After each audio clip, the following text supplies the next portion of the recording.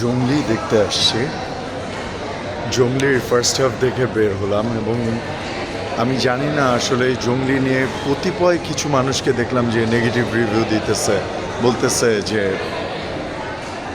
মানে কি বললো না বললো আমি আসলে বুঝলাম না। বাট আমার কাছে ফার্স্ট হাফ দেখে মনে হচ্ছে যে এইটা one of the best film. হ্যাঁ, মানে আমি কি বলবো, কিছু কিছু জায়গায় তো আমার কাছে বরবাদের চেয়েও বেশি ভালো লাগছে জঙ্গলি।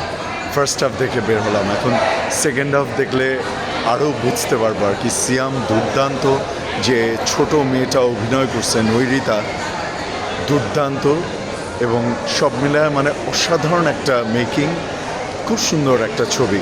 বাকিটা দেখে আমি পুরো রিভিউটা দিব।